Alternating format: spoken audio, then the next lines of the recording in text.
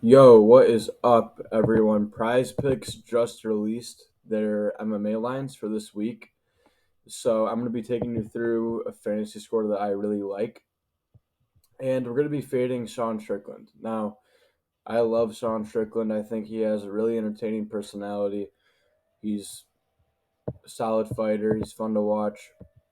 But none of that matters, right? When I'm betting, when I'm putting my own money on these fights, I'm just following the data.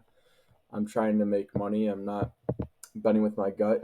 So we'll get into that in a second. But I just want to go over last week. We had an incredible week. We went 8 for 9 on MMA plays on prize picks. And you can see here, this is one of these entries that I had a 4 for 5 on. And on every other ticket, I had Rebecca's over on fantasy score. That was the play. That was the one I liked. But for this one, I think I must have rushed through it and put the under. So really annoying, but whatever. We'll just go on to this week. So okay, Sean Strickland fantasy score. So he's at 109.5. And I've talked about this in other videos, but you got to know how they're scoring MMA. Whatever sport you're doing, you got to know their scoring criteria for these fantasy scores. If you don't know how they're doing it, then you're not going to stand a chance to make money. Like, I can't just come on here and say, hey, I think this guy is going to win. Like, him winning and him going over on fantasy score are two different things. So you got to know how they're scoring it, right? So as I've said in previous videos, they heavily weight finishes. So you can see a first round win, you're getting 100 points, and for a decision win, you're only getting 20 points. So we can go ahead and do Sean Strickland's score. So he's at 109.5. Let's go ahead and look him up. And so they're saying his strike line is at 80.5, and his fight time is at 18.5 minutes. So we can just do some simple math right here and figure out what the strikes would be if he went to a decision based on Prize Picks model.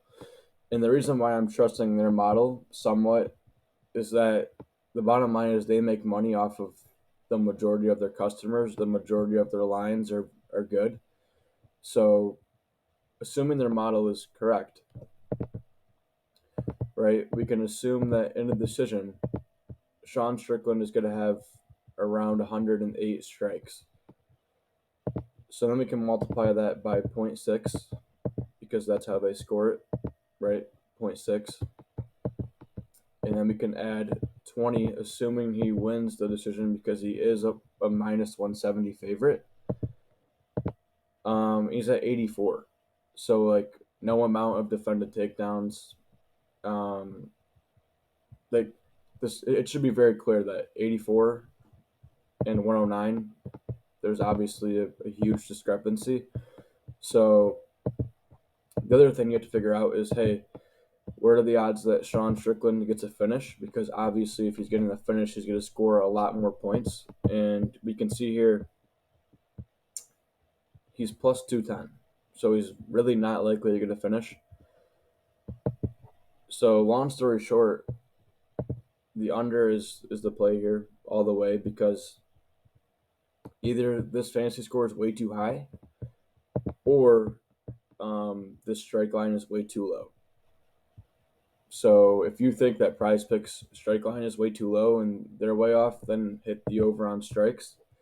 But if you trust Prize Picks model that they invest a lot of money into and are normally very good at setting lines, then you want to take the less on fantasy score. So I hope that makes sense. Hope I explained that right. I went on a huge tangent.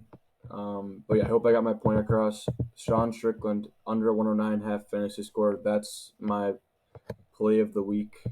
And yeah, I'll see you in the next one.